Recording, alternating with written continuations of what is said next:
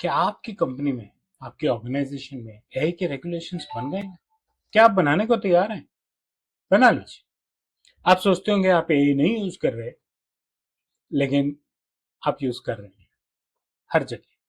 चाहे माइक्रोसॉफ्ट के product use करते हुए जाने अनजाने में को पायलट या गूगल यूज करते हुए जेमिनी है, बट आप एआई यूज कर रहे हैं। मेरे यूट्यूब चैनल पे आपका स्वागत है। इस पे आप लगातार प्राइवेसी और आर्टिफिशियल इंटेलिजेंस पे नया कंटेंट देखते हैं और आज हम बात करने वाले हैं कि क्या आपकी कंपनी एआई की रेगुलेशंस के लिए तैयार है। एआई यूटिलाइजेशन बढ़ रही है, रेगुलेशन बढ़ रही है, गवर्नेंस एक बिजनेस रिक्वायरमेंट है।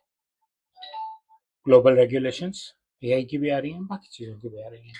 इंडस्ट्री की एक्सपेक्टेशंस बढ़ रही हैं आपसे, कस्टमर का विश्वास बढ़ रहा है, एग्जेक्टिव की अकाउंटेबिलिटी बढ़ रही है, इनोवेशन बढ़ रही है।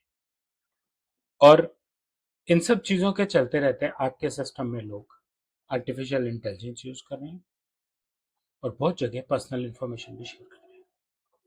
गवर्नेंस इंपॉर्टेंट है और गवर्नेंस की वजह से कंप्लायंस आसान हो जाती है और कंप्लायंस तो आपको करनी पड़ेगी, क्योंकि कल को अगर कोई दिक्कत आती है और उसके बाद आप कहते हैं कि मैंने तो कंप्लायंस के नॉर्म्स कभी फॉलो ही नहीं किए थे, इंप्लीमेंट ही नहीं किए थे, तो प्रॉब्लम। दूसरी जो बड़ी इंपॉर्टेंट बात यह है कि कंप्लायंस के नॉर्म्स बनाए इस हिसाब से जाते हैं कि जिससे कि आपकी हैंडलिंग की प्रैक्टिसेस इंप्रूव हो सके। कर लीजिए साहब, स्ट्रॉन्ग फाउंडेशन बनाइए, कॉम्प्लेक्सिटी को कम कीजिए, अच्छी पॉलिसीज बनाइए, रिस्क मैनेजमेंट पे काम कीजिए, डॉक्यूमेंटेशन कीजिए, लोगों की अकाउंटेबिलिटी को फिक्स कीजिए और अपनी मॉनिटरिंग जो है सिस्टम्स की, उसमें और परफेक्शन लाइए। मॉनिटरिंग को रेगुलराइज्ड रखिए।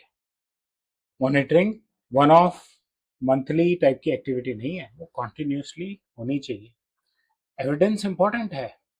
गवर्नेंस दिखाने के लिए आपको पॉलिसीज दिखानी जरूरी है, रिस्क असेसमेंट करके आपको ये बताना जरूरी है कि क्या रिस्क आपको लगता है आपके सिस्टम में आएंगे और आप उन्हें कैसे मिटिगेट करेंगे। रिकॉर्ड्स को रिव्यू कीजिए, ऑडिट ट्रेल्स बनाइए, परफॉर्मेंस रिपोर्ट्स लीजिए। ये सारी चीज़ें और इन सब चीज़ों का एविडेंस ये दिखाता है कि आप गवर्नेंस कर रहे हैं या नहीं कर रहे हैं। रेगुलेशन इवॉल्व होती रहेंगी, गवर्नेंस अडेप्ट करनी चाहिए। नई ऑब्लिगेशंस, नई टेक्नोलॉजीज, इंडस्ट्री की गाइडेंस, कॉन्टिन्यूस इंप्रूवमेंट और एग्जेक्टिव की ओवरसाइट, ये कुछ ऐसी चीज़ें हैं जो आपकी मदद करेंगी एक अच्छे गवर्नेंस, रेगुलेशन, रेगुलेटरी फ्रेमवर्क बनाने के लिए, जिससे कि आप कंप्लायंसेस को मीट कर सकें, जिससे कि आप बेस्ट प्रैक्टिसेस यूज करके काम कर सकें।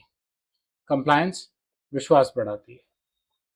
लोगों को लगता है कि अगर आप इस कंप्लायंस को फॉलो कर रहे हैं, इसका मतलब आप कोई ना कोई स्टैंडर्ड फॉलो कर रहे हैं। आपके यहाँ सिस्टम में काम स्टैंडर्ड्स फॉलो करके होता है। ये लीगल रिक्वायरमेंट से भी आगे जाने वाली बात है। कस्टमर का कॉन्फिडेंस बढ़ेगा, बिजनेस की रेजिलियंस बढ़ेगी, कॉम्पिटिटिव एडवांटेज मिलेगी, जो बहुत इंपॉर्टेंट है।